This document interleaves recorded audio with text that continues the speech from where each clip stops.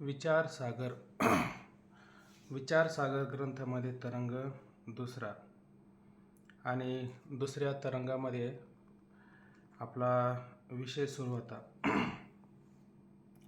की सर्व दुःखाचं कारण काय. तर सर्व दुःखाचं कारण आपण त्या ठिकाणी पाहत होतो.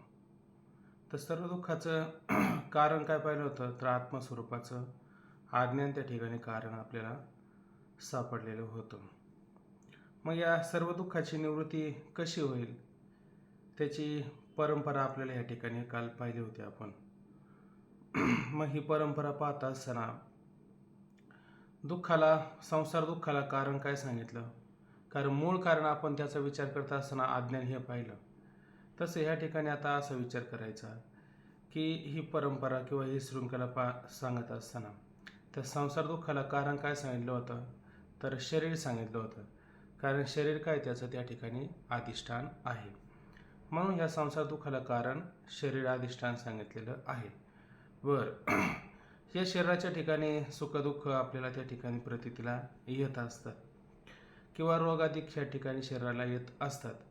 मग ह्या शरीराला कारण काय याचा आपल्याला शोध घ्यावा लागेल. तर हे शरीर कशापासून तयार झालेलं आहे, तर पापपुण्य म्हणजे धर्मापासून हे शरीर झालेलं आहे. पण जोपर्यंत धर्माची निवृत्ती होत नाही तोपर्यंत या शरीराची निवृत्ती होऊ शकत नाही, आणि जोपर्यंत शरीराची निवृत्ती होत नाही तोपर्यंत शरीराचं दुःख जाऊ शकत नाही. म्हणून जोपर्यंत धर्म नष्ट होत नाही तोपर्यंत दुःख नष्ट होत नाही. मग त्या धर्माला कारण काय सांगितलं होतं, तर धर्माला कारण सांगितलं होतं रागद्वेष. त्याही रागद्वेषाला कारण काय सांगितलं होतं, तर रागद्वेषाला कारण सांगितलं होतं अनुकूल प्रतिकूल ज्ञान. कोणतं अनुकूल प्रतिकूल ज्ञान, आत्म्या वाचून इतर जे भिन्न पदार्थ आहेत त्याविषयी आपल्याला अनुकूल प्रतिकूल ज्ञान आहे. आत्म्याविषयी आपल्याला अनुकूलही ज्ञान नाही आणि प्रतिकूलही ज्ञान नाही, फक्त इतर पदार्थाविषयी आहे, आत्म्याविषयी नाही. म्हणून अशा पद्धतीनं अनुकूल प्रतिकूल ज्ञान असल्यामुळे रागद्वेष निर्माण होतात. आणि जोपर्यंत हे रागद्वेष आहे नाही, जोपर्यंत हे अनुकूल प्रतिकूल ज्ञान आहे तोपर्यंत रागद्वेष निवृत्त होऊ शकत नाही. मग त्या अनुकूल प्रतिकूल ज्ञानाची निवृत्ती कशाने होईल, तर ते अनुकूल प्रतिकूल ज्ञान आत्माहून भिन्न जे भेद आपण पाहतो त्या भेद ज्ञानामुळं आत्मस्वरूपाच्या ठिकाणी आपल्याला भेद ज्ञानामुळं अनुकूल प्रतिकूल ज्ञान होत असतं. म्हणून ह्या भेद ज्ञानाचं कारण काय सांगितलं होतं, तर अज्ञान सांगितलं होतं. कशाचं अज्ञान सांगितलं होतं, तर आत्मस्वरूपाचं अज्ञान. कशाचं अज्ञान सांगितलं होतं, भेद ज्ञानाला कारण काय सांगितलं होतं, अज्ञान. तर ठीक आहे, पण कशाचं अज्ञान याचा जर विचार केला तर आत्मस्वरूपाचं अज्ञान हे त्या असणाऱ्या भेद ज्ञानाला कारण आपण पाहिलेलं होतं. म्हणून आता थोडा कालचा तक्ता इथं खालचा भाग राहिला होता, तो जरा आपण थोडा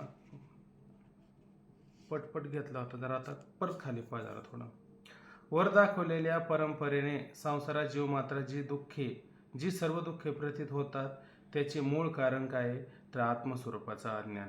बघा आता या ठिकाणी काय म्हणलं की जीवनामध्ये आपल्याला जे दुःख प्राप्त होतात, म्हणजे जी दुःख प्राप्त होतात, प्रतीतीला येतात, अनुभवाला येतात, त्या दुःखाचं कारण काय सांगितलं, तर दुःखाचं कारण सांगितलं आत्मस्वरूपाचं अज्ञान. दुःखाचं कारण त्याला संसारामध्ये अमुक वस्तू मिळाल्या नाही हे त्या दुःखाचं कारण सांगितलं ग शास्त्रामध्ये. ते त्याच्या दुःखाचं कारण नाहीच आहे. कारण विषय जो आहे तो विषय किंवा तो पदार्थ शरीराच्या आत आहे का शरीराच्या बाहेर आहे, तर ते सारे पदार्थ कुठे, शरीराच्या बाहेर आहे.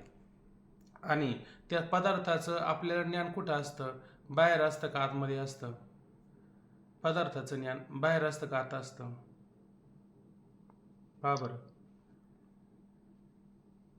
पदार्थाचं ज्ञान आतमध्ये असतं, हा, पदार्थ बाहेर असतो. पदार्थ कुठं असतो, बाहेर असतो. आणि पदार्थाचं ज्ञान कुठं असतं, आतमध्ये त्या ठिकाणी आपल्याला पाहायला मिळत असतं, आहे का नाही. मग आपल्याला ज्ञान कशाचं होतं, पदार्थाचं ज्ञान होतं. आत्मस्वरूपाचं ज्ञान होतं का, आत्मस्वरूपाचं आपल्याला ज्ञान होत नाही. म्हणून मग ह्या दुःखाला कारण काय, पदार्थाचं ज्ञान का आत्मस्वरूपाचं ज्ञान. दुःखाला कारण काय सांगायचं, पदार्थाचं सांगायचं का आत्मस्वरूपाचं सांगायचं, आत्मस्वरूपाचं अज्ञान हेच दुःखाला कारण आहे. आणि आपण ज्ञान कशाचं करून घेतो? पदार्थाचं, बाह्य विषयाचं ज्ञान करून घ्यायचा प्रयत्न करतो आणि त्याने दुःखाची निवृत्ती करण्याचा प्रयत्न करतो, म्हणून त्याच्या दुःखाची निवृत्ती होत नाही असे सिद्ध होते. त्या अज्ञानाच्या निवृत्ती वाचून सर्व दुःखाचा आत्यंतिक नाश कोणाच्याही उपायाने होणे शक्य नाही. आता त्या अज्ञानाच्या निवृत्ती वाचून, जे आत्मस्वरूपाचं अज्ञान आहे, त्या अज्ञानाच्या निवृत्ती वाचून सर्व दुःखांचा म्हणजे आध्यात्मिक, आधिभौतिक आणि आधिदैविक असे महत्त्वाचे किती 3 भाग त्याने किंवा 3 ताप त्या ठिकाणी विचारात घेतलेले आहे. आणि त्या तीनच दुःखांचा सगळ्यामध्ये अंतर्भाव असतो. म्हणून ह्या सर्व दुःखांचा आत्यंतिक नाश म्हणजे कारणाचा नाश झाला असता कार्याचा नाश होतो, त्याला आत्यंतिक नाश असं म्हटलं जातं. बरं, मग त्याचा नाश कोणत्याही उपायाने होणे शक्य आहे का? तर त्याचा नाश कोणत्याही उपायाने होणे शक्य नाही. जसा घट आहे आणि त्या घाटावरती तुम्ही काठीनं मारलं तर घट जास्तीत जास्त काय होऊ शकतो? फुटू शकतो. आणि फुटलेला घट पुन्हा परत तयार होऊ शकतो. मग त्या घटाचा नाश करायचा म्हणजे काय करायचं? त्याला काठीनं मारायचं का घटासाठी जेवढी माती आपण वापरली तेवढी माती काढून घेतली पाहिजे? दोन्हीपैकी काय केलं माती पाहिजे? काढून घेतली पाहिजे. हा, म्हणजे घटाचं कारण काय आहे? काठीनं घटाचा नाश होऊ शकत नाही. तर घटाचा नाश झालाच तर कशाने होईल? तर जेवढी घटासाठी माती वापरली तेवढी माती काढून घ्या, आहे का नाही? ती मातीच त्याचं कारण आहे ना. मातीचा नाश झाल्याशिवाय घटाचा नाश होणे संभवनीय आहे का? घटाचा नाश होणे संभवनीय नाही. कशाचा नाश करावा लागेल आपल्याला? त्याचं कारण आहे, त्या कारणाचा नाश आपल्याला त्या ठिकाणी करावा लागेल. तसं आत्मस्वरूपाला म्हणण्यापेक्षा आपल्या ठिकाणी जे दुःख प्रतीत येतात त्या सगळ्याला कारण काय? तर त्या सगळ्याला कारण आत्मस्वरूपाचं अज्ञान आहे. मग आपल्याला ज्ञान कशाचं व्हावं लागेल? तर आत्मस्वरूपाचं ह्या ठिकाणी आपल्याला ज्ञान व्हावं लागेल, तरच आपल्या जीवनातली हे दुःख निवृत्त होऊ शकतात. जसं घरात अंधार झाला तर घरामध्ये आपण बाकीच्या नको तेवढे पदार्थ आणून ठेवले पण प्रकाश आणला नाही, दिवा जर निर्माण केला नाही, तर दिवा जर निर्माण केला नाही तर घरात असणारा अंधार तो नष्ट होईल का? तो नष्ट होणार नाही. सारे पदार्थ घरात आणून ठेवले पण त्या घरात जो अंधार आहे त्या अंधाराच्या निवृत्ती करता काय आणावं लागेल आपल्याला? प्रकाशच आणावं लागेल. प्रकाशाच्या वाचून अंधाराची निवृत्ती होणं संभवनीय नाही. तसं आपल्याला जेवढे दुःख प्रतीतीला येतात ते सर्व दुःख प्रतीतीला येण्याचं कारण काय असेल? तर आत्मस्वरूपाचं अज्ञान त्या ठिकाणी कारण आहे. आणि त्या अज्ञानाची आत्यंतिक निवृत्ती आणि आत्मस्वरूपाच्या ज्ञाना वाचून दुसऱ्या कोणत्याही उपायाने होणे शक्य नाहीये. ठीक आहे ना. त्या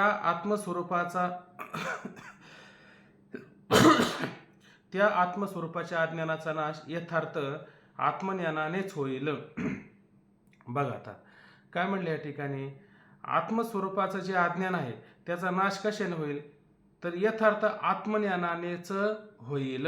यथार्थ आत्मज्ञानाने म्हणजे यथार्थ म्हणजे काय? जे जसं आहे तसं त्याला जाणावं लागेल. त्याच्यापेक्षा विपरीत जर जाण्याचा प्रयत्न केला तर ते ज्ञान यथार्थ होईल का? त्याचं यथार्थ ज्ञान होणारच नाही ना. बरं, आता त्याची निवृत्ती जरी करायची जर झाली तर तुम्ही निवृत्ती त्याची कशी करणार? बरं, निवृत्ती जर करायची झाली, जर आपल्या ठिकाणी रजेवर भासलेला जर सर्प आहे आणि त्या सर्पाची जर निवृत्ती करायची जर झाली तर काय करावं लागणार आपल्याला? मंत्रतंत्र, भाल्या भरची वगैरे औषधादी उपाय जर आपण केलं तर त्या रजेवर भासलेल्या सर्पाची निवृत्ती होईल. असंच ज्ञान झालं पाहिजे आपल्याला ना. का दुसरा उपाय आहे का काही त्याला? प्रकाशाने, बॅटरीचा किंवा उजेड पडल्यानंतर रज्जूचे ज्ञान झाल्यानंतर सर्पाची निवृत्ती होईल. हा, कारण तिथं कर्मादी वगैरे साधना करण्याची आवश्यकता नाही. कारण रजेच्या ठिकाणी जो भासलेला सर्प आहे तो सर्प सत्य नसून तो सर्प कसा आहे? कल्पित आहे. मग कल्पित पदार्थाची निवृत्ती जर करायची असेल तर ते कल्पित पदार्थ कशावर आध्यस्त आहे? त्या अधिष्ठान पदार्थाचं आपल्याला काय करून घ्यावं लागेल? ज्ञान करावं लागेल. आणि ते ज्ञान कसं असावं लागणार आपल्याला? यथार्थ ज्ञान असलं पाहिजे. जर ते ज्ञान यथार्थ नसेल तर ते जर ज्ञान यथार्थ नसेल तर त्याची निवृत्ती होईल का? तर त्याची निवृत्ती कदापि होणार नाही. म्हणून आत्मस्वरूप अज्ञानाचा नाश यथार्थ आत्मज्ञानानेच होईल. व्यवहारात असा नियम आहे की, काय नियम आहे तर पहा जरा थोडा खाली, की ज्याच्या अज्ञानाने जे भासते ते त्याच्याच ज्ञानाने निवृत्त होते. ज्याच्या अज्ञानाने, तर जसं ज्याच्या अज्ञानाने जे भासते त्याच्या ज्ञानाने ते निवृत्त होते. याच्यासाठी तुम्हाला एखादा मुद्दा उपस्थित करता येईल का, उदाहरण सांगता येईल का, की ज्याच्या अज्ञानाने जे भासते त्याच्या ज्ञानाने ते निवृत्त होते. असे अनेक उपाय तुमच्या लक्षात येऊ शकतात. तर ज्याला एखादा उपाय सांगता आला तर तुम्ही सांगू शकता, की ज्याच्या दोरी अज्ञानाने म्हणजे कशाच्या अज्ञानाने काय भासलं. फक्त दोरीच्या दोरीवर अज्ञानाने सर्प सर्प सोडून द्या, भासतो. दोरीवर सर्प सोडून द्या, बाकीचं सांगा. हं. ते नाही पाहिजे का? ज्याच्या अज्ञानाने जे भासतं त्याच्या ज्ञानाने ते निवृत्त होतं. दुसरा एखादा मुद्दा, आता किती दृष्टांत दिल्यावर तुम्हाला. डहाणू आणि मनुष्याचं आहे की. डहाणू, शिंप्यावर शिंपलीवर बसणारी चांदी. हा, सानूवर पुरुष. स्थानवर पुरुष, अजून हा, सानूवर पुरुष. हा, असे असे उदाहरणं येतात ना लक्षात तुमच्या. अशी उदाहरणं हे लक्षात ठेवायचं तुम्ही थोडं थोडं. मग म्हणून काय म्हटलं, की ज्याच्या अज्ञानाने, जसं रज्जूच्या अज्ञानाने काय भासला, सर्प भासला. स्थाणूच्या अज्ञानाने काय भासला, पुरुष भासला एक नाही. आणि शुक्तीच्या अज्ञानाने, शुक्तीच्या अज्ञानाने रजत, चांदी किंवा रजत म्हणतो ना आपण त्याला. हा. मग आता इथं भास होण्याकरता काय काय ठिकाणी असं असतं, की काही काही ठिकाणी दूरदेश असावा लागतो. कधी कधी तसं चंद्र आहे का नाही, तर चंद्र आपल्यापासून जवळ आहे का दूर आहे, तर दूरदोषामुळं तो चंद्र आपल्याला लघुत्वाने लहान लहान असल्यासारखा भासतो. अनेक प्रकारच्या झाडांच्या जाती आहे, पण त्याच्यामध्ये दूरदेश हा दूरदोष आला तर त्या ठिकाणी सर्व जाती किंवा सर्व झाडे एकच आहे असं आपल्याला त्या ठिकाणी भासू शकतं. असे अनेक प्रकारचे विचार आपल्याला या ठिकाणी घेऊ शकतो आपण.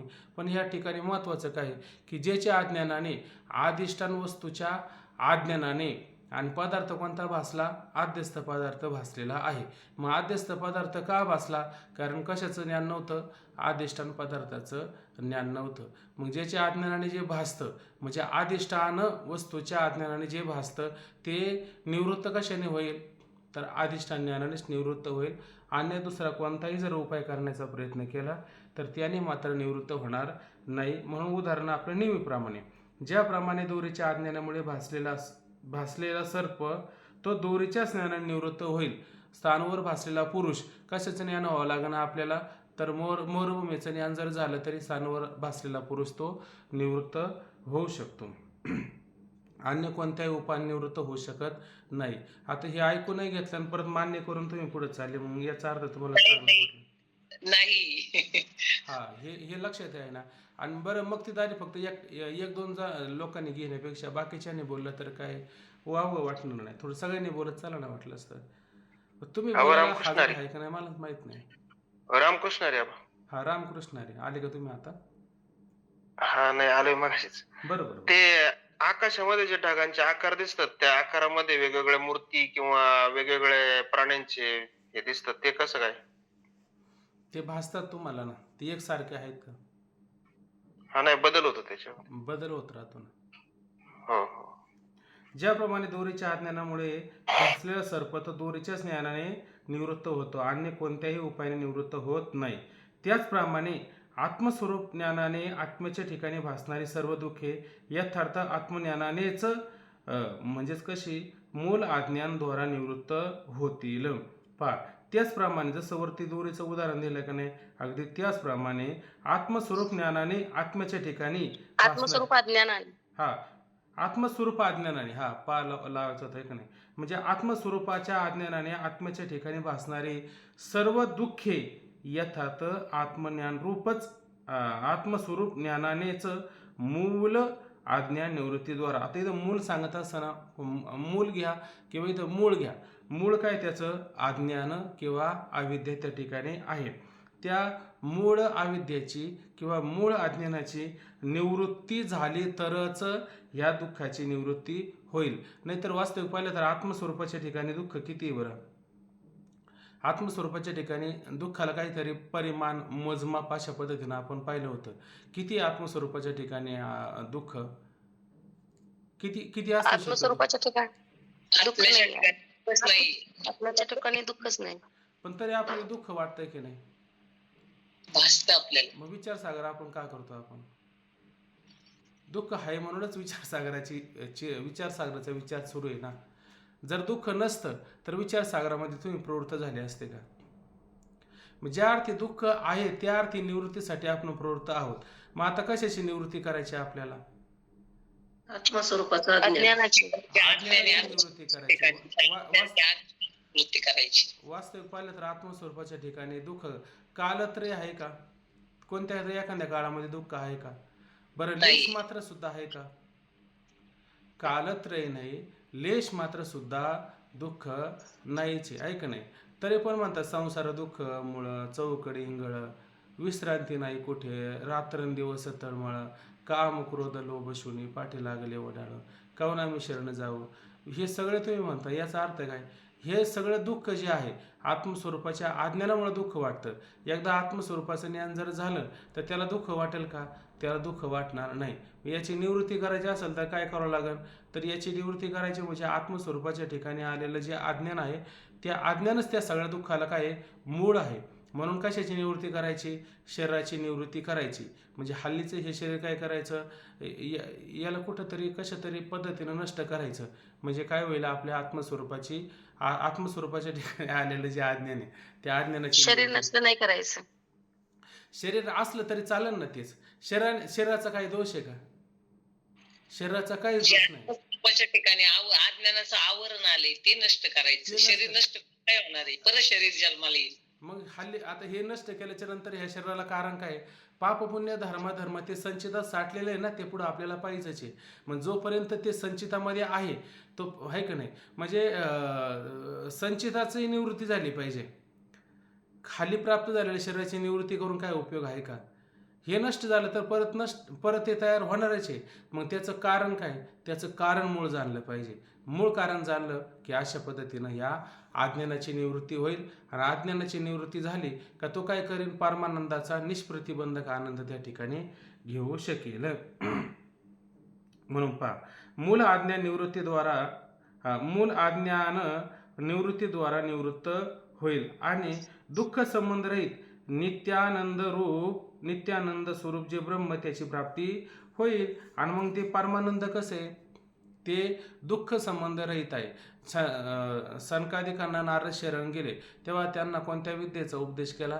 तर भूमाविद्येचा उपदेश केला. आणि भूमाविद्येचा उपदेश करताना काय म्हटलं त्याने? की भूमा म्हणजे ब्रह्म, हे ब्रह्म कसं आहे? दुःख संबंध रहित असणारं हे ब्रह्म आहे. त्या ब्रह्माच्या ठिकाणी दुःख कालत्रय लेश मात्र सुद्धा नाही. आणि भूम्याहून भिन्न इतर जे पदार्थ तुम्हाला आद्यस्थ भ्रमरूपाने प्रतीतीला येतात ते कसे असतात? दुःखरूप असतात. का बरं ते दुःखरूप असतात? त्याचं कारण आहे, ते नित्य आहे का? भूम्याहून ब्रह्माहून आता हे शरीर आद्यस्थ आहे का नाही? आत्मस्वरूपावरती शरीर आद्यस्थ आहे. मग हे आद्यस्थ पदार्थ एकसारखा कधी असतो का? नित्य कधी असतो का? एकसारखं नाही. आता लहान वयामध्ये जे शरीर आहे आता ते शरीर आहे का? आणि म्हातारपणामध्ये जे शरीर आहे ते शरीर तसं आहे का? ऐके शरीर तरी एक परिवायसा भेद अनेक, हे प्रत्यक्षेच देख प्रमाणात यथ कोमारतो दिसे, मग ते तारुण्य वंशी भ्रंशे परी देह चिन्हसे एक असावे. म्हणजे एक शरीरामध्ये बदल होत चालतो, आहे का नाही? खालचं नाही घ्यायचं, इथपर्यंतच घ्या वाटलं असतं. म्हणजे ही वस्तू शरीर वस्तू एक नित्य आहे का? बरं, शरीराच्या सापेक्ष नाती गोती यांचा जर विचार केला तरी हे पण नित्य आहे का? बरं, शरीरात आपल्याला जे मन आहे अंतःकरण आहे हे सुद्धा नित्य आहे की एकसारखं? आज आपल्याला काही लोक चांगले वाटतात, उद्या त्याच लोकांविषयी आपल्याला राग येतो असतो, त्याच लोकांचा आपण मत्सर करत असतो, आहे का नाही? मग लोक कधी कधी चांगला प्रतिकार दिला का आपण म्हणतो बरे झाले लोक चांगले बरं का, आणि त्या लोकांनी प्रतिकार दिला नाही, काय करतात त्या लोकांना? म्हणजे हे मन तरी निश्चय करणारं जे बुद्धी आहे ती तरी एक निष्ठ आहे का? नाही. पण ज्याच्या अधिष्ठानावरती हे सगळं प्रतीतला येतं तो मात्र नित्य आहे का नाही? तो नित्यच आहे. पंचदशीमध्ये एक दीपाचं वर्णन आलेलं आहे. दीपाचं वर्णन येत असताना त्याने सांगितलं त्या रंगमंचावरती अनेक लोक आली, त्याने अभिनय त्या ठिकाणी सादर केला आणि अभिनय केला त्याच्यामध्ये लोकांनी तो अभिनय पण पाहिला आणि लोक आली, अभिनय पाहिला, रंगमंचावरती अभिनय केला आणि लोक निघून गेले. पण तो जो दिवा होता, तो दिवा मात्र कसा होता? तसंच होता. लोक रोज येतात, लोक लोक रोज जातात त्या ठिकाणी. आता तो दिवा म्हणजे कोणता दिवा? तर तो कुटस्थ असणारा दिवा. तो कसा असतो? ते कुटस्थ दीप पंचदशीमध्ये आलेले. कधी भविष्यात आपण पंचदशी केली तर त्याच्यामध्ये हा विस्तार मोठ्याने आपल्याला येऊ शकतो. तर त्याच्यातलं सांगायचंय, त्या दिव्याच्या ठिकाणी कधी दोष उत्पन्न झाला का? की ही लोक आली, या लोकांनी अभिनय केला, लोक निघून गेले, आता मी एकटाच या ठिकाणी, असा तो कुटस्थ म्हणजे तो दिवा कधी म्हटला का असा? त्याला लोक आली काय आणि गेले काय?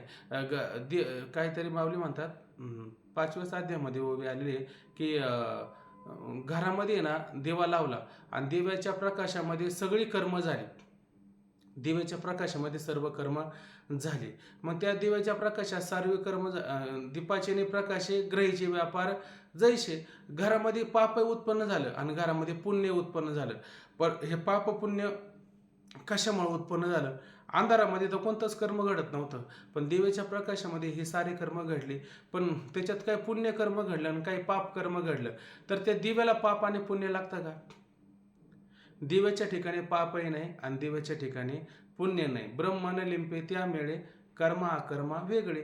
ब्रह्म त्या कोणत्या कर्माने आणि अकर्माने म्हणजे पाप पुण्याने कधी लिप्त आहे का? लिप्तच नाही. म्हणून ते ब्रह्म कसं आहे? नित्य अशा प्रकारचं त्या ठिकाणी आहे आणि दुःख संबंध रहित आहे. त्या आत्मस्वरूपाच्या ठिकाणी दुःख कधी येणं संभवनीय नाहीये. म्हणून दुःख संबंध रहित नित्य वृक्ष नाही का झाड, वृक्ष हा पुण्यवान पापी कोणला पण सावली देतो तो, तिथं कुठं भेद मानतो का तो भेद मानत नाही त्या ठिकाणी. भेद मानायचं काही कारण पण ठेवत नाही त्या ठिकाणी. तसं या ठिकाणी आत्म्याचा विचार जर केला तर आत्मस्वरूपाच्या ठिकाणी दुःख कालत्रयी नाही. म्हणून त्या आत्मस्वरूप कसं आहे? नित्यानंद स्वरूप असं जे ब्रह्म आहे त्याची प्राप्ती होईल. पण त्याची प्राप्ती कधी होईल? जोपर्यंत ह्या अज्ञानाची म्हणजे मूळ आत्मस्वरूपाचे जे अज्ञान आहे त्या अज्ञानाच्या निवृत्ती वाचून ह्या मात्र नित्यानंद दुःख संबंध रहित नित्यानंद स्वरूप जे ब्रह्म त्याची प्राप्ती होईल. आत्माचं ब्रह्मरूप आहे असा वेदांताचा सिद्धांत आहे. वेदांताचा सिद्धांत काय? सिद्धांत जो असतो ना, तो सिद्धांत कधी आपल्याला खोडता येत नाही. पण काही मतं आपल्याला पाहायला मिळतात. काय म्हणतात? आमचं असं मत आहे, आमचं तसं मत आहे. आता हे मत भिन्न भिन्न आहेत का नाही, पण मताचं खंडन होऊ शकते का नाही? म्हणजे बहुतांच्या आम्ही न मिळो मताचे कोण काहीशे भावनेचे तुकोबराय म्हणतात. प्रत्येकाची मत भिन्न भिन्न असतात. मताशी आमचं मिळणं किंवा मताशी आमचं सहमत असणं संभवनीय नाही. पण जर एखादा सिद्धांत असेल तर त्या सिद्धांताला खोडता येईल का? सिद्धांताला खोडता येणार नाही. तसं या ठिकाणी वेदांताचा सिद्धांत काय आहे असा प्रश्न केला तर तुम्हाला उत्तर त्या ठिकाणी देता आलं पाहिजे. काय बरं वेदांताचा सिद्धांत? काय वेदांताचा सिद्धांत? आत्माच ब्रह्मरूप आहे. इथं आलेला जो आहे, ज्याच्या अज्ञानाने जे भासते ते त्याच्या ज्ञानाने निवृत्त होते. सिद्धांत रामकृष्ण या. ब्रह्म सत्य जगन मिथ्या, जीव ब्रह्म परा. हा पण एक सिद्धांतच आहे. हाच पण एक सिद्धांत आहे का नाही? हो. अशा अनेक आत्माच ब्रह्मरूप आहे का नाही? ब्रह्म सत्य जगन मिथ्या असा वेदांताचा काय सिद्धांत आहे. याची सिद्धी पुढे होणार आहे. आता याची सिद्धी पुढे होणार आहे का बरं? याची सिद्धी पुढे होणार आहे कारण त्याने शंका केल्या होत्या 2. तुम्हाला माहिती आहे का त्या शंका आहे का लक्षात? शंका लक्षात असेल तर तुम्हाला याची सिद्धी पुढे कळेल. जर शंका लक्षात आल्या नाही तर याची सिद्धी नक्की याने काय केलं हे तुमच्या लक्षात येणार नाही. ठीक आहे, आता पुढे मुद्दा पहा. एकंदर विवेचनावरून हे निश्चित झाले की दुःख निवृत्ती आणि परमानंद प्राप्ती यास कारण आत्मज्ञानच आहे. म्हणून आत्मज्ञान प्राप्त करून घेण्यातच पुरुषार्थ आहे. म्हणून दुःख निवृत्ती आहे का नाही आणि परमानंद प्राप्ती या सगळ्याला कारण काय? आत्मज्ञानच आहे. आत्मज्ञाना वाचून बाकीचा जर तुम्ही उपाय केला आहे का नाही, वाचून ज्ञानविने एके उपाय करीशी जितके. ज्ञाना वाचून जर बाकीचे तुम्ही सारे उपाय केले तर त्यांनी दुःखाची निवृत्ती होईल का? दुःख अधिकच वाढेल त्या ठिकाणी, तर दुःख अधिक वाढू शकतं. पण आत्मस्वरूपाचं ज्ञान जर करून घेतलं तर दुःखाची आत्यंतिक निवृत्ती होईल का नाही? तर दुःखाची आत्यंतिक निवृत्ती होईल. म्हणून दुःख निवृत्ती आणि परमानंद प्राप्ती यास कारण काय सांगितलं? तर आत्मस्वरूपाचं ज्ञानच आहे. म्हणून आत्मज्ञान प्राप्त करून घेण्यातच पुरुषार्थ आहे. बघा, म्हणून खरा पुरुषार्थ किती आहे? आता पुरुषार्थ सांगत असताना 4 प्रकारचे पुरुषार्थ त्या ठिकाणी सांगतात. धर्म, अर्थ, काम आणि मोक्ष हे पुरुषार्थ त्या ठिकाणी सांगितले की नाही. पण खरा पुरुषार्थ काय? मुक्ती सायुज्यता वरा ह्याची करा बापांनो. म्हणून नामदेव महाराजांनी काय सांगितलं? तर परम पुरुषार्थ काय? परमार्थ महाधन जोडी देवाचे चरण. म्हणजे परमार्थ म्हणजे काय? परम म्हणजे श्रेष्ठ आणि अर्थ म्हणजे मोक्ष. तर श्रेष्ठ काय आहे? तर मोक्ष प्राप्त करून घेणं. मग धर्म, अर्थ, काम, मोक्ष. धर्म, अर्थ, काम हे काय प्राप्त नाही करून घ्यायचं का? हे प्राप्त करून घेतलंच पाहिजे असं शास्त्राचा कुठं आग्रह आहे का तुम्हाला? धर्म झालंच पाहिजे, काम त्या ठिकाणी केलेच पाहिजे, अर्थ त्या ठिकाणी जोडलंच पाहिजे, असं कुठं जास्त विधान केलं का? पण सगळ्या साधू संतांनी काय म्हटलं तुम्हाला? की मोक्ष मात्र मनुष्याने काय केला पाहिजे? प्राप्त करून घेतला पाहिजे. कारण आपण कोणत्या देहामध्ये आहोत? तर मनुष्य देहामध्ये आहोत. आणि मनुष्य देहामध्ये आपण काय प्राप्त केलं पाहिजे? तर मोक्ष प्राप्त करून घेतला पाहिजे. जर इतर देहामध्ये जर असतो तर मग हे जमण्यासारखं नव्हतं. पण मनुष्य देहामध्ये येऊन जर आपल्याला जमत नसेल तर मनुष्य देहामध्ये येऊन आपण काय केलं?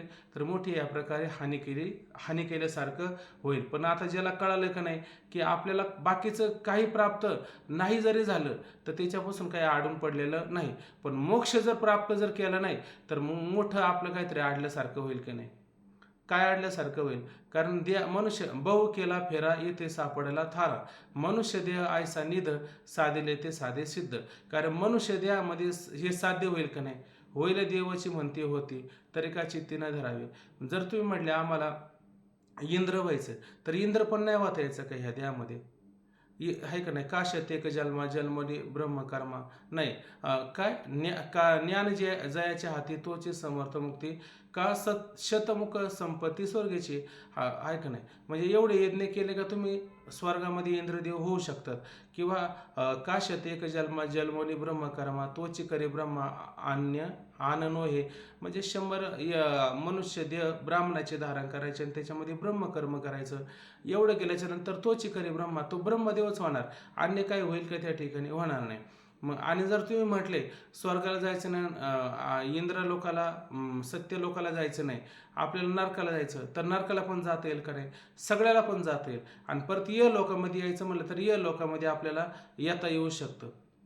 म्हणजे आपल्याला हे शरीर म्हणजे काय? एक प्रकारचं जंक्शन स्टेशन आहे. जसं जंक्शन स्टेशनवरून दादा नेहमी सांगतात की कोणत्याही गावाला गाडी जाऊ शकते, बरोबर की नाही?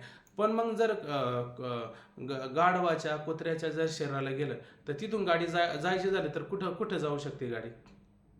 कोल्या कुत्र्याच्या शरीराला जर गेलं तर ती गाडी जायची झाली तर 2च ठिकाणी जाईल. आहे का नाही? तिथे पाप आणि पुण्य एक तर स्वर्गाला जाईल नाही तर नरकाला जाईल. आहे का नाही? मग तो मोक्ष प्राप्त करून घेईल का? त्याच्या भोगाप्रमाणे भोगिवनीमध्ये जाईल, पण मुक्त मात्र होऊ शकत नाही. आणि मुक्त होण्याचं ठिकाण कोणतं आहे? तर मनुष्य देह आयसा निध. हा निध म्हणजे हा एक प्रकारचा काय? मनुष्य देह हा एक ठेवायचा या ठिकाणी. आणि म्हणून खरा विवेक कोणता असेल तर मनुष्य देहामध्ये येऊन आणि खऱ्या अर्थाने सगळं दुःखाची निवृत्ती आणि सर्व सुखाची प्राप्ती करून घेणं हा खरा विवेक आहे. आणि हा विवेक यामध्ये करायचं काय? तर ज्याच्या अज्ञानाने जे भासतं त्याच्या ज्ञानाने निवृत्त होतं. तर आत्मस्वरूपाच्या अज्ञानामुळे हे सगळे दुःख आपल्याला कुठं प्रतीतीला येतात? शरीराच्या ठिकाणी प्रतीतीला येतात. मग या दुःखाचा अनुभव आहे का नाही आपल्याला? मग आपल्याला दुःख निवृत्ती करायची असेल तर कशाचं ज्ञान करून घ्यायचं? तर आद्यस्थ पदार्थाचं ज्ञान करून घ्यायचं. आहे का नाही? कारण आद्यस्थ पदार्थाचं ज्ञान झालं, अहो किती म्हातारे झाले तर तुम्हाला आता लक्षात येतं का आद्यस्थ पदार्थाचं नाही, अधिष्ठान पदार्थाचं. अधिष्ठान पदार्थ आणि लोक स्वतःला शास्त्री समजून घेतात तर त्यांना कळत नव्हते. ते ओंकार महाराज नाही, काही लोकांना माहित असेल ते आद्यस्थ पदार्थाचं ज्ञान म्हणायचे. आणि तुम्ही म्हणतात आद्यस्थाचं नाही म्हणजे अधिष्ठानाचं. म्हणजे तुम्हाला कोण म्हणलं म्हाताऱ्या माणसाला येत नाही? बरं कोण म्हणलं बरं? आणि तरुण लोक म्हणतात नाही ना ते फार कठीण आहे. काय कठीण आहे मला सांगा बरं? तुम्हाला लगेच कळतं आता बोलता बोलता. म्हणजे किती सरळ आहे मुद्दे बरं. मग याचा अर्थ काय? भगवंताने आपण तेवढं जिज्ञासू वृत्तीनं असं वागलो ना, जिज्ञासू वृत्तीनं आपण मनापासून ह्या सगळ्या गोष्टी केल्या ना, मग याला फार शिक्षणाची काय आवश्यकता आहे का? झालं असेल एखाद्याचं शिक्षण, मला काही कोणाला विरोध नाही करायचा, पण फार शिक्षणाची पण आवश्यकता नाही. इथं फक्त बुद्धिमत्ता फार गरजेची, इथं शांतता फार गरजेची, इथं स्थिर राहूनच सगळ्या गोष्टी केल्या पाहिजे. इथं हिंगाचिंगा केलेले कधी मोक्ष मिळत नाहीये, लक्षात घ्या. तो हिंगाचिंगा केलेले तेवढ्यापुरता आनंद असतो, परंतु खरं स्थिर बुद्धीचा मनुष्य असेल ना, त्याला ह्या गोष्टी फार बारकाईने सांगण्याची आवश्यकता नाही. त्यांना अशा प्रकारे हे वरच्यावर सुद्धा कळू शकतं. चला, असा ज्यास उत्तम विवेक आहे त्याकरिता जो साधनात प्रवृत्त आहे तो जिज्ञासू म्हणावा. अशा प्रकारे उत्तम विवेक आहे. आता विवेक आपल्याला आहेत का नाही? बाकीचे अनेक प्रकारचे विवेक आपल्याला पाहायला मिळतात, पण खरा विवेक आहे आत्मस्वरूपाच्या ठिकाणी जे आलेलं अज्ञान आहे त्या अज्ञानाची निवृत्ती करणं, हाच खरा त्या ठिकाणी काय आहे विवेक सांगितलेला आहे. इतर मात्र विवेक म्हटले जात नाही. म्हणून असा ज्याला विवेक आहे आणि त्या विवेकाकरता तो काय करतो? साधनामध्ये प्रवृत्त होतो. मग किती साधनं सांगितली? तर 3 प्रकारची साधनं सांगितली. त्या 3 प्रकारच्या साधनामध्ये तो प्रवृत्त होतो. तो वेदांत शास्त्राचा अधिकारी आहे. 4 प्रकारची काही साधनं आपल्याला शास्त्राने काही कुठं सांगितलेली नाही, आहे का नाही? किती प्रकारची साधनं आहे? तर 3च प्रकारची साधनं आपल्याला 4 प्रकारचे सांगितलेत. म्हणजेच कोणकोणते साधनं? विवेक, वैराग्य, समाधी शतक आणि वैराग्य, समाधी शतक, मुमुक्षुत्व. मुमुक्षत्व, ही 4 प्रकारची साधनं आहेत. त्या साधनामध्ये खऱ्या अर्थाने तो प्रवृत्त झालेला आहे. मग ही 4 साधनं सांगितली, मग बाकीची साधनं नाही का त्याला पुढं? ही 4 साधनं जरी सांगितली तरी बाकीची पण साधनं पुढे त्याला करायची आहेत. म्हणून त्याकरता जो साधनात प्रवृत्त आहे तो जिज्ञासू त्या ठिकाणी म्हणावा. आता हे आतापर्यंत काय झाली? जिज्ञासूची व्याख्या झाली. ठीक आहे. आता आपल्याला पामर झाला, विषय पुरुष झाला आणि जिज्ञासू पण आतापर्यंत आपण विचारात घेतला. आता आपल्याला विचार काय घ्यायचा आहे? तर मुक्त पुरुष लक्षात घ्यायचा. कारण तो ह्या वेदांत शास्त्राचा अधिकारी आहे का? आहे का नाही? कारण त्याने काय म्हटलं होतं? कोणीच मुमुक्षू नाही, म्हणून तुमचा ग्रंथ आरंभ त्या ठिकाणी निष्फळ सांगितलेला आहे. कोणीच म्हणू नका, लावू नका, कोणीतरी याचा अधिकारी आहे. मग जिज्ञासू अधिकारी आहे का नाही हे तर आपल्याला कळालं का नाही? बरं, मग आता म्हणले पुढं मुक्त पुरुष अधिकारी आहे का? ते पण पाहा वाटलं असतं, पण खरं पाहायला गेलं तर मुक्त पुरुष त्याचा अधिकारी होऊ शकत नाही. का मुक्त पुरुष त्याचा अधिकारी होऊ शकत नाही? कारण असं असतं की चालायचं जर झालं, आपण पंढरपूरला चालत चालत निघालो, तर आपल्याला चाललं कुठपर्यंत असतं? जोपर्यंत पंढरपूर हे आपलं गंतव्यस्थान आहे. जोपर्यंत गंतव्यस्थान प्राप्त होत नाही तोपर्यंत चालावं माणसाने. आणि एकदा गंतव्यस्थानाला प्राप्त झालो तर त्याने चालावं का पुढं? त्याने थांबून घ्यावं. आणि तो जर चाललाच तर त्याचं गंतव्यस्थान सुटून जाईल ना. मग त्याला चालण्याचा अधिकार आहे का? आता त्याचा अधिकार संपला का? तो गंतव्यस्थानाला प्राप्त झाला ना. मग तो खोटं चालू शकतो का नाही लोकांना दाखवण्याकरता? पण आपल्या गंतव्यस्थानाला सोडील का? त्याने आपल्या गंतव्यस्थानाला सोडू देऊ नये असं नियम केलेलं आहे. पुढे पहा. आता मुक्त पुरुषाविषयी या ठिकाणी विचार आलेला आहे. मुक्त स्थूल, सूक्ष्म आणि कारण शरीराहून भिन्न जे आत्मस्वरूप त्याचे ब्रह्मरूपाने संशयरहित प्रत्यक्ष ज्ञान ज्यास असते तो मुक्त म्हणावा. मुक्त पुरुषाचं लक्षण या ठिकाणी आलेलं आहे. इथं प्रश्न निर्माण झाला की अशा प्रकारचं उत्तर आपण द्यावं. स्थूल, सूक्ष्म आणि कारण शरीराहून भिन्न जे आत्मस्वरूप त्याचे ब्रह्मरूपाने संशयरहित प्रत्यक्ष ज्ञान ज्यास असते तो मुक्त पुरुष या ठिकाणी म्हणावा. मग आता त्याला मुक्त पुरुष म्हणत असताना काय काय लक्षात घ्यायचं या ठिकाणी? शरीर किती असतात? तर 3 प्रकारची शरीर या ठिकाणी सांगितलेली आहे. आता स्थूल शरीर, हे स्थूल शरीर आत्म्याहून भिन्न आहे का नाही? का शरीरच आत्मा आहे? बघा बरं, हे स्थूल शरीर आत्म्याहून भिन्न आहे का नाही? आत्मा नित्य आहे, शरीर नित्य आहे का? शरीर मात्र नित्य नाही. आणि मग हे स्थूल शरीर म्हणजे तुमच्या लक्षात आलं का? हात, पाय, मांड्या, ऊर, बाहू, मान, मस्तक, डोके, अस्थि, रुधिर, मांस, ऐक नाही, अशा अंग, उपांग या सगळ्या द्रव्यांनी मिळून रुधिर यांनी सगळ्यांनी मिळून तयार झालेलं जे शरीर असतं त्याला कोणतं शरीर म्हणायचं?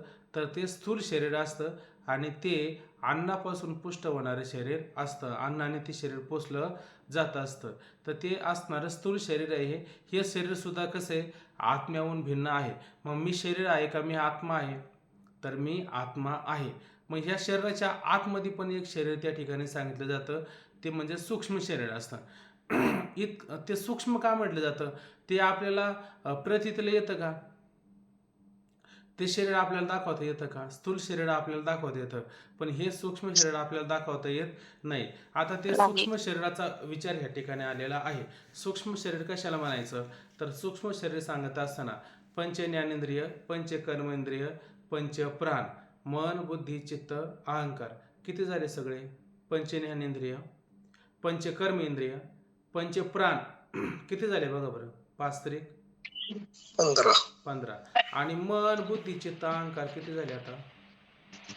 19. हा, 19 तत्वाचं म्हणलं, काही ठिकाणी 17 तत्वाचं म्हणलं, ऐक नाही. 17वी जीवनकाळ सांगताना तिथे कधी कधी याचा विचार करतात, किंवा त्याच्या ठिकाणी कधी कधी 15 सांगतात आणि एक अंतकरण घेतात. कधी अंतकरण मानतात, कधी अंतकरण बुद्धी पण घेतात, कधी मन, बुद्धी, चित्त, अहंकार घेतात.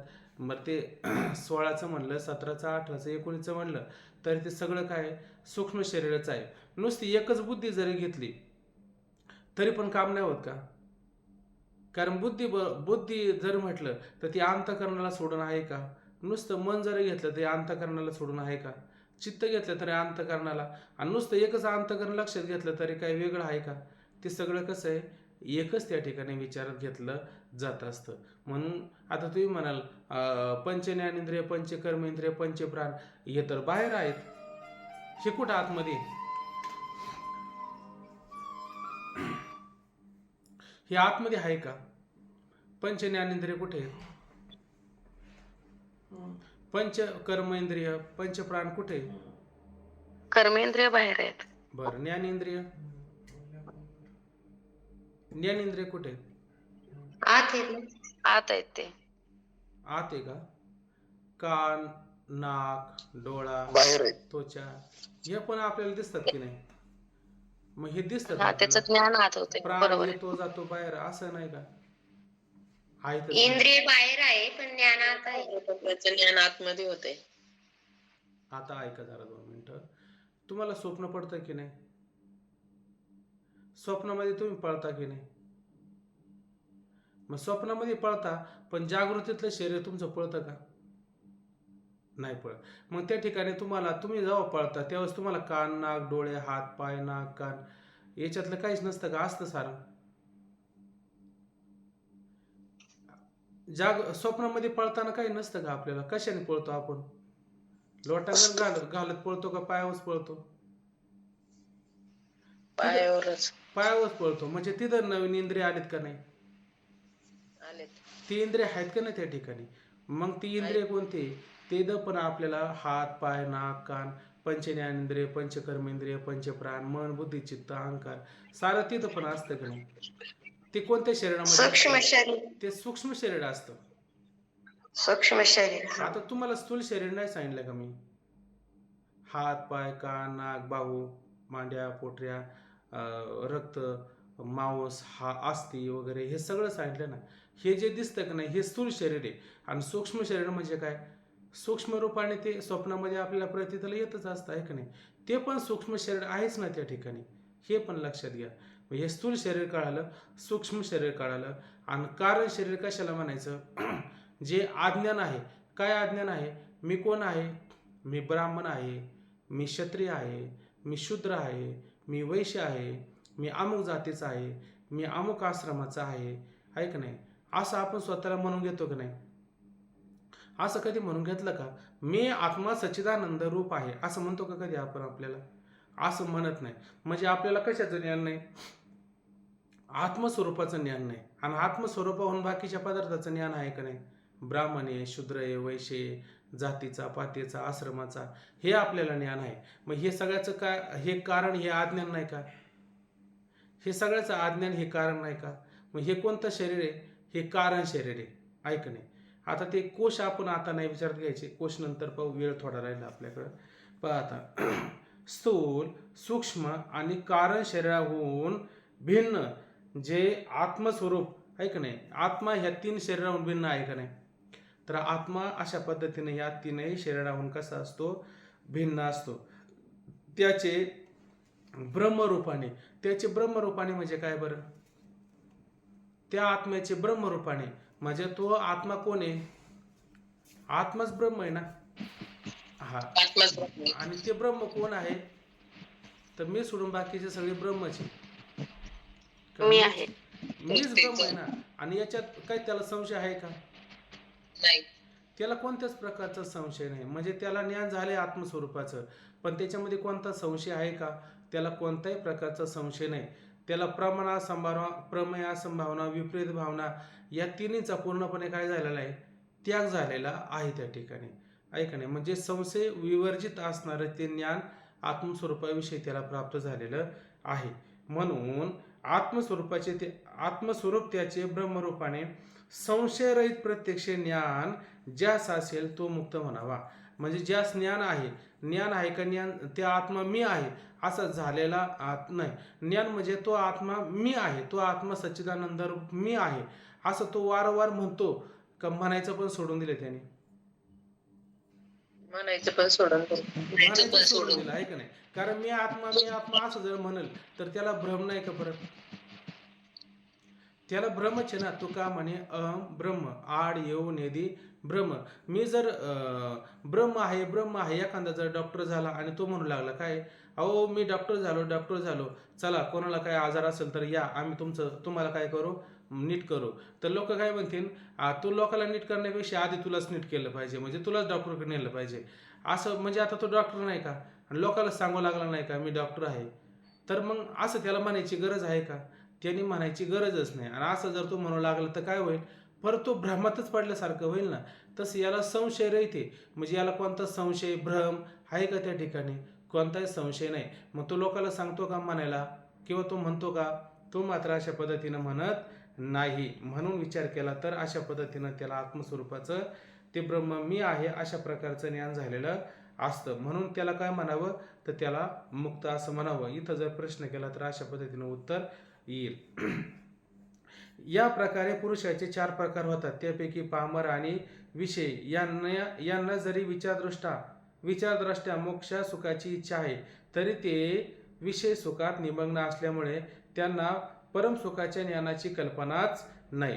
आता त्यापैकी पामर आणि विषय यांना जरी विचारदृष्ट्या मोक्ष सुखाची इच्छा आहे. आता पामर आणि विषय या पुरुषांचा जर विचार केला तर जाऊ द्या, पण सर्रास सगळ्या जीवाचा जर विचार केला तर सगळ्यांना मोक्ष प्राप्त व्हावा अशी इच्छा आहे. पण त्याला मोक्षाचं स्वरूप कळतं का, त्यांना मोक्षाचं स्वरूप कळत नाही.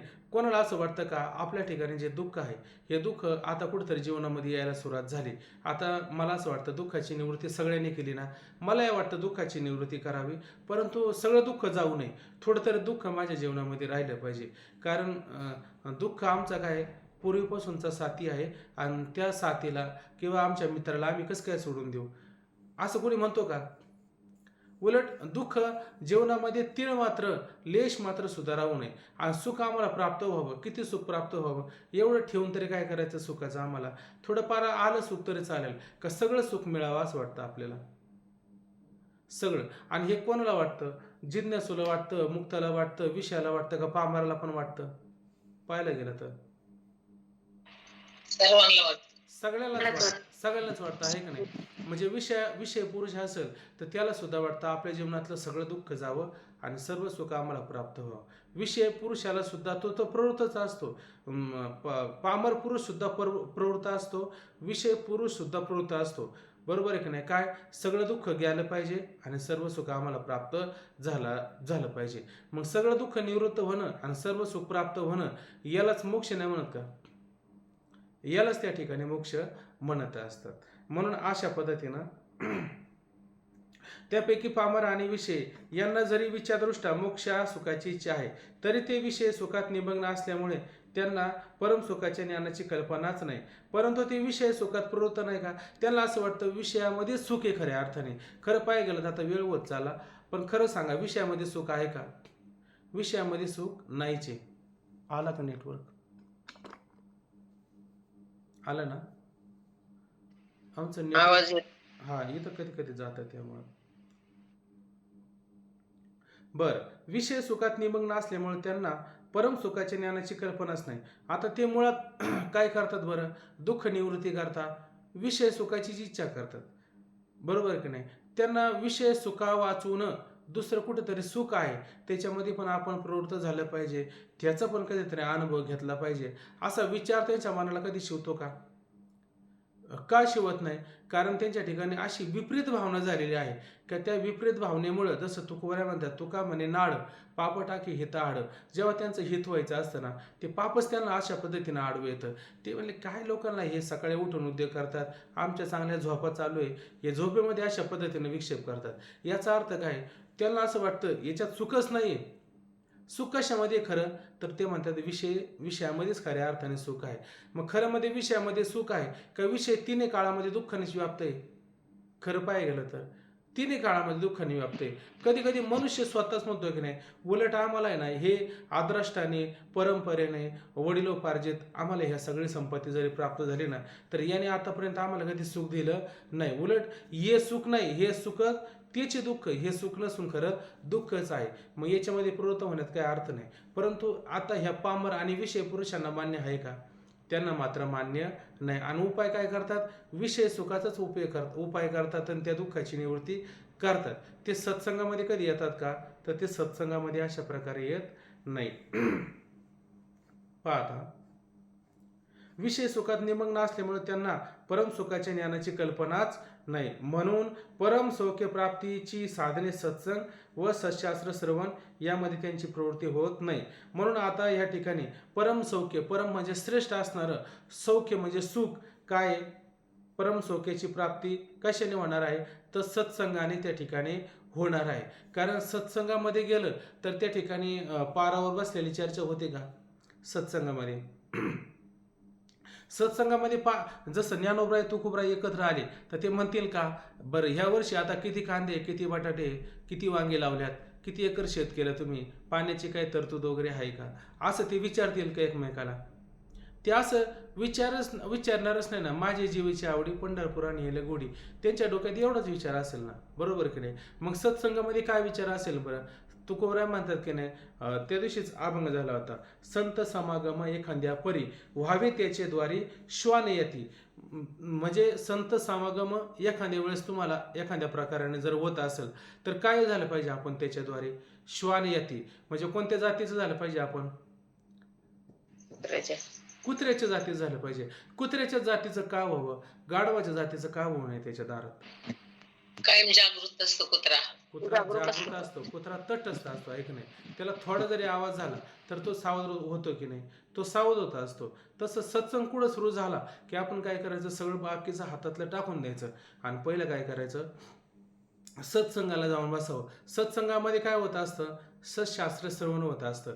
म्हणजे सत्शास्त्र म्हणजे कोणतं? उपनिषद वगैरे. हे काय करतात? आपल्याला आत्मस्वरूपाचं यथार्थरूपाने बोध करून देणारे असतात. म्हणजे जो सत्संग आहे आणि त्या सत्संगामध्ये शास्त्र आहे, त्या जो सत्संग करतो त्याच्या ठिकाणी विश्वास ठेवावा आणि जे शास्त्राचं वर्णन चाललेलं आहे त्याच्या ठिकाणी आपण विश्वास ठेवावा.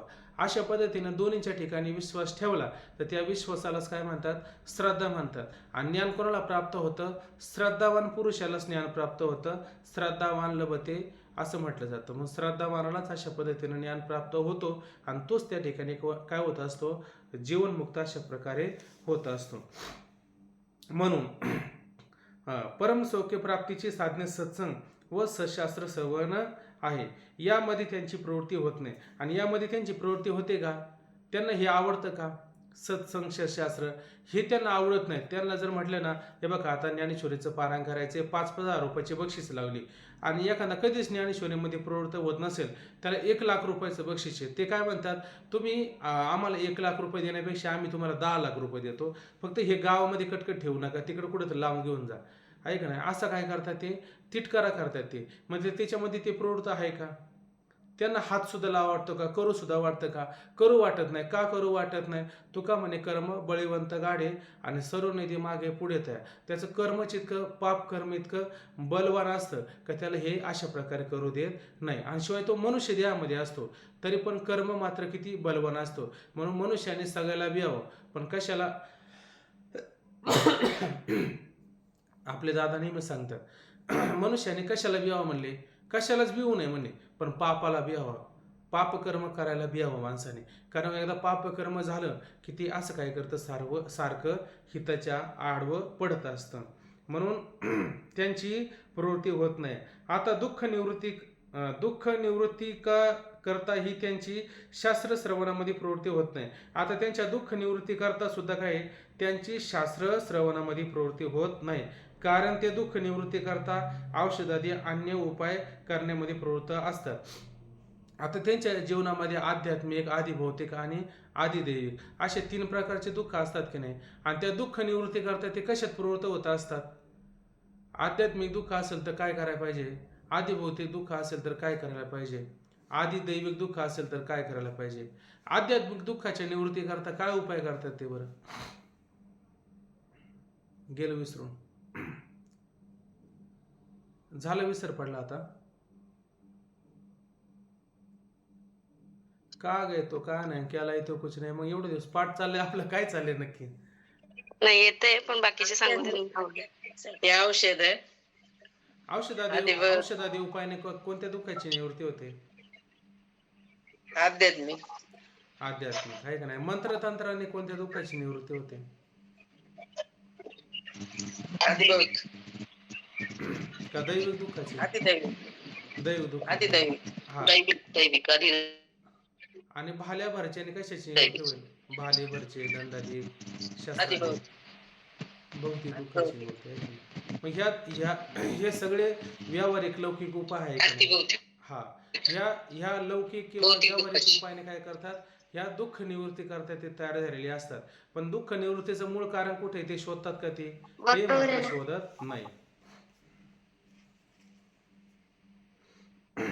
आता दुःख निवृत्ती करता ही त्यांची शास्त्र श्रवणामध्ये प्रवृत्ती होत नाही. कारण ते दुःख निवृत्ती करता औषधादी अन्य उपाय करण्यामध्ये प्रवृत्त असतात. म्हणून पामर व विषय हे या ग्रंथाचे अधिकारी नाही. आता ह्या ग्रंथाचे कोण अधिकारी नाही असा जर प्रश्न झाला तर कारणासहित उदाहरण द्यायचे या ठिकाणी, म्हणजे मग तुमच्या लक्षात येऊ शकतं. आता हे या ग्रंथाचे अधिकारी नाही. तसंच मुक्त ही या ग्रंथाचा अधिकारी नाही. बरं, पामर विषय तर अधिकारी नाही आणि मुक्त सुद्धा का अधिकारी नाही? कारण तो आपल्या स्वरूप स्थितीला प्राप्त करून घेतलेला असतो. त्याच्या जीवनामध्ये दुःख लेश मात्र नाही. तो परमानंदाचा निष्प्रतिबंधक आनंद घेत आहे. म्हणून त्याला या ठिकाणी हे साधन करण्याची आवश्यकता नाही. म्हणून मुक्त सुद्धा पुरुष याचा अधिकारी नाही. पण मुक्त याचा अधिकारी नसेल तर मग मुक्त पुरुषाला शास्त्र काही विधान काही करत आहे का? तसेच मुक्त पुरुषाला शास्त्र काही विधान करत नाही. पण देव मात्र विधान करतात. संत मात्र मुक्त पुरुषाला विधान करतात. का बरं त्या मुक्त पुरुषाला विधान करायचं? कारण मुक्त पुरुष हा अनुभवाने युक्त आहे का नाही? आता एखाद्याला जर हा ग्रंथ जर सांगायचा म्हणलं तर त्याला आधी हा ग्रंथ कळायला पाहिजे ना. म्हणजे मुळात हा ग्रंथच कळाला नाही आणि तो जर सांगायला लागला तर मग तो चांगलं सांगेल का? तो सांगा ना असं वाचून, हे बघा मला वाचलं एवढं कळालं, तुम्हाला एवढं सांगतो, याच्यापेक्षा जास्त सांगता येईल का? मग जसं त्याला ग्रंथ आधी कळावा आणि मग त्यांनी सांगावं, तसं मुक्त पुरुष आहे का नाही, त्याला कळालं आणि त्याने जर लोकांना सांगितलंच नाही तर ते ज्ञान तसंच राहील का नाही? ते ज्ञान तसंच राहील. मग त्याने काय करावं? आपल्याला कळालं इतरांना पण त्या ठिकाणी सांगावं. मग सांगावं असं, पण शास्त्र त्याला विधान करेल का? त्याला शास्त्र कुठपर्यंत विधान करत होतं? जोपर्यंत तो शास्त्राच्या चौकटीच्या आतमध्ये होता तोपर्यंत शास्त्र त्याला विधान करत होतं. पण आता तो शास्त्राच्या चौकटीच्या बाहेर पडलेला आहे. आता शास्त्र काही विधान करत नाही. पण जीवनमुक्त पुरुष, संत महात्मे हे मात्र त्याला काय करतात? विधान करत असतात. का विधान करतात? तसं तुकोबराय म्हणतात काय अनुभव आले अंगा ते या जगा देत असे. मग आता आम्हाला अनुभव आला की नाही, मग आम्ही तुम्हाला देतो. हे कसं देतो? आम्ही अनुभवानेच देतो. अनुभव गोडी येईल कळू. या सगळ्या गोष्टी आम्ही तुम्हाला सांगतो. मग कशा सांगतो? अनुभवाने सांगतो. तसं मुक्त पुरुषाला कोणी विधान नाही केलं तरी मात्र संत महात्मे विधान करतात. तो ज्ञानोबराय म्हणतात की नाही, देखे प्राप्तार्थ झाले जे काय उभे बघा बरं जे कृतार्थ पावले बघा, जे प्राप्तार्थ झाले कृतार्थ काहीतरी असं एक ओवे, तयाही उरले असे कर्म आवाज गेलाय. आवाज गेला, येतो का? जे निष्कामता पावले. हम्म. हा देखे प्राप्तार्थ झाले जे निष्कामता पावले, तयाही कर्तव्य असे तयाही उरले कर्तव्य त्याला सुद्धा लोकांना. लोकसंग्रहाकरता लोककल्याणाकरता कर्तव्य आहे का नाही? त्यालाही लोककल्याणाकरता कर्तव्य आहेच आहे. बरं त्याने लोकसंग्रहाकरता कर्म केलं तर तो कर्माने बांधला जाईल का? तया लोकसंग्रह लागे वर्तता कर्म संगी अंगी, तो कर्म बंधू अंगी वाजेल ना. जैशी बहुरूपयाची राहो राणी, स्त्री पुरुष भाव नाही म्हणे, परे लोकसंपादने तैशीची करते. पण तो लोकसंग्रह करता तो कर्म जर केलं तर त्याला ते कर्माचं काही फळ काही पाप पुण्य लागेल का? तर काही लागणार नाही. काय का बरं? काम नाही झालो पाहे रिकामा, फावल्या तर करू चेष्टा, निच्छळ द्रष्टा वैसुनी. म्हणजे आता तो सगळे कर्म करतो पण कशा भावनेनं करतो? साक्षीभूत होणी वर्तत असे. तो सगळ्याचा साक्षी म्हणून पाहतो का हे शरीर आहे आणि ह्या शरीराच्या माध्यमातून त्या शरीराला सांगण्याचं काम सुरू आहे. पण मी मात्र कोणाला सांगत नाही. तुका म्हणेस आहे देव आहे तैसा आहे, देव आहे तसा त्या ठिकाणी आहे. हे कर्म काय फक्त हे देहाच्या ठिकाणी चालतात. म्हणजे हेही नाही तेही नाही, वेगळा तोही पासून मी मात्र ह्या सगळ्यांपासून कसा आहे? वेगळा आहे. देहाचा भोग आहे का नाही? देह भोग घडे जे जोडे ते बरे. हा देहाचा भोग आहे, हा देहाला घडतो आहे का नाही? देहाला घडता असेल तर देह कोणी निर्माण केलेला आहे? त्याने वसविले अंग, भोगी त्यागी पांडुरंग. परमात्मा हे सगळ्याचं काय अधिष्ठान आहे. आणि हा भोग कोणाला प्राप्त होणार आहे?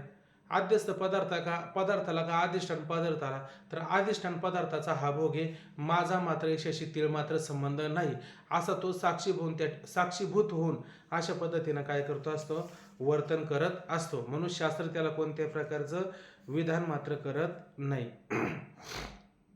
तसंच मुक्त ह्या ग्रंथाचा अधिकारी नाही. कदाचित मुक्त पुरुष कौतुकाने ग्रंथाचे पठण पाठणामध्ये प्रवृत्त झाला तरी तो ज्ञानी असल्यामुळे कृत आहे. आता तो पठण पाठणामध्ये जर प्रवृत्त जर झाला, काही लोक विचारसागर 10 वेळा झाला तरी पण ते ऐकण्यासाठी जात असतात, अशा पद्धतीने पाठ करत असतात.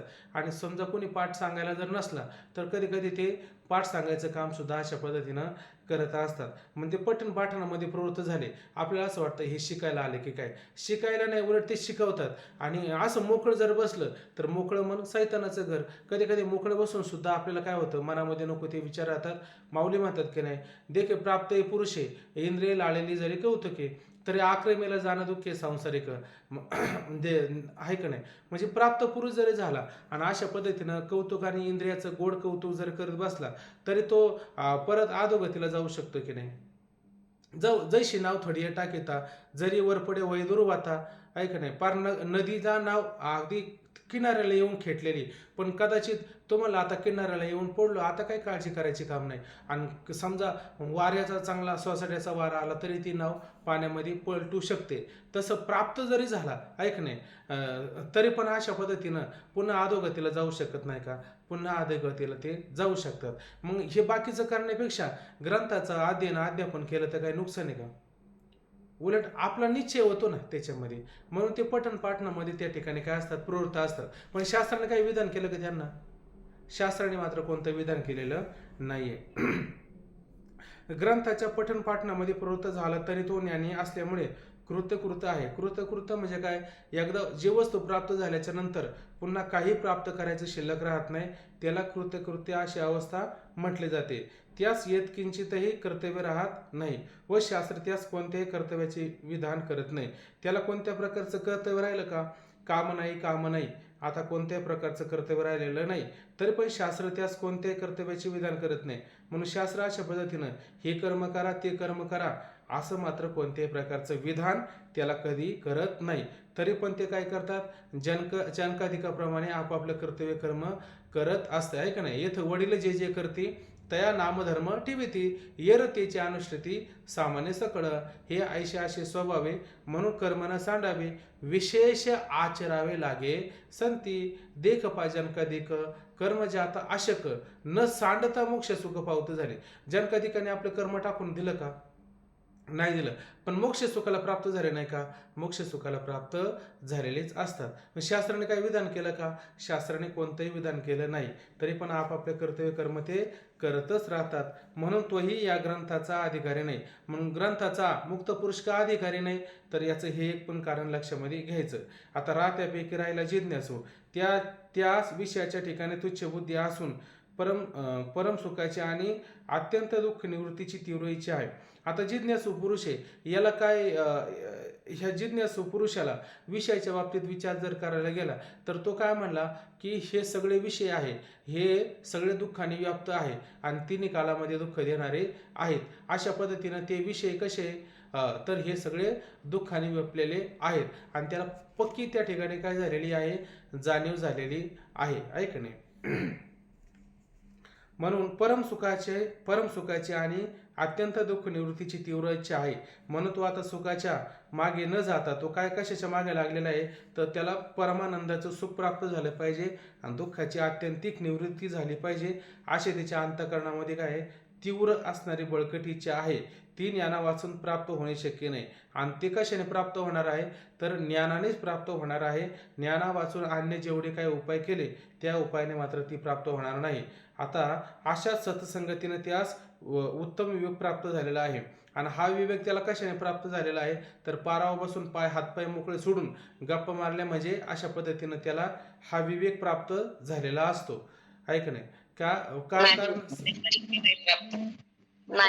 कारण ब्रह्मज्ञान जरी कळे उठाउठी तरी का हिमपुटी वेदशास्त्रे. उठता बसता असं ब्रह्मज्ञान प्राप्त होतं का? नाही. उलट संत समागमामध्ये गेल्याशिवाय अशा प्रकारचा विवेक हा त्याला प्राप्त होत नाही. म्हणून सत्संगतीने अशा प्रकारचा त्याला विवेक प्राप्त झालेला आहे आणि त्याच्या ज्ञानप्राप्तीकरता ग्रंथामध्ये प्रवृत्त होणे शक्य आहे. म्हणून तो ज्ञानप्राप्तीकरता ग्रंथामध्ये होणे शक्य आहे का नाही? होऊ शकतो. पामर विषयी मुक्त हे होतील का? होत नाही. पण मग फारच कुणी नाही त्याचा अधिकारी असं आहे का?